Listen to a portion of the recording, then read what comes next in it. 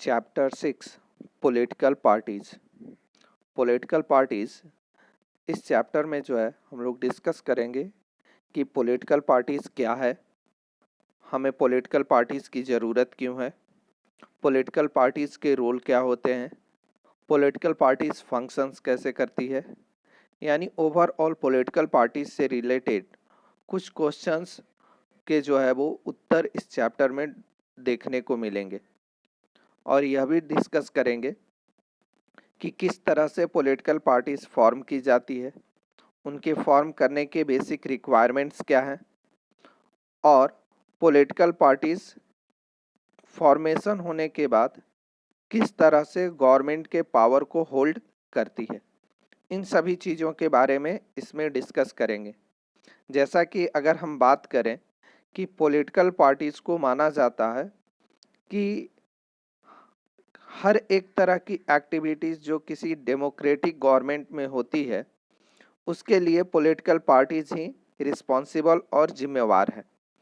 तो ऐसे सिचुएशन में पॉलिटिकल पार्टीज के बारे में इंफॉर्मेशन रखना, उसके बारे में जानना ज़रूरी हो जाता है। सबसे पहले अगर हम बात करें तो यही क्वेश्चंस आता है कि why do we need political parties, हमें पॉलिटिकल पार्टीज की ज़रूरत ही क्यों है। तो यह एक इम्पॉर्टेंट और कह सकते हैं विजिबल इंस्टीट्यूशंस माना जाता है किसी भी डेमोक्रेसी का। यानी आप कह सकते हैं political parties is most visible institution in a democracy. दूसरे शब्दों में कहें तो ऑर्डिनरी सिटीजन्स जो होते हैं वो पॉलिटिकल पार्टीज और डेमोक्रेसी दोनों को एक ही मानते हैं। सामान्यतः लोगों के मन में छवि भी इसी तरह की होती है कि पॉलिटिकल पार्टी जो है वही डेमोक्रेसी है, जो डेमोक्रेसी है वही पॉलिटिकल पार्टीज है। अगर हम इसकी बात करें कि ये बात कैसे पता चलती है कि इस तरह के सिचुएशन है, तो आप किसी भी मोस्ट रिमोट एरियाज का ट्रेवल करके वहाँ से इस आंसर का सॉल्यूशन इजीली जांच कर सकते हैं।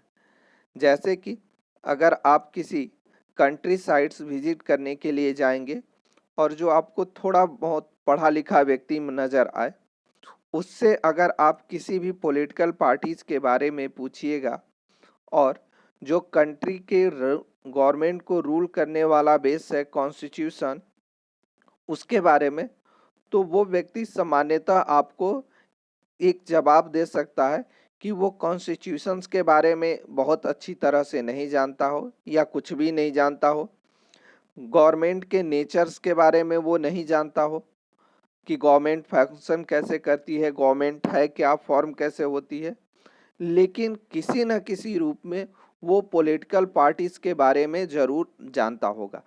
पॉलिटिकल पार्टीज के बारे में जानने का मतलब यह हुआ कि हो सकता है वो पॉलिटिकल पार्टीज के मेरिट्स या डिमेरिट्स के बारे में जानता हो।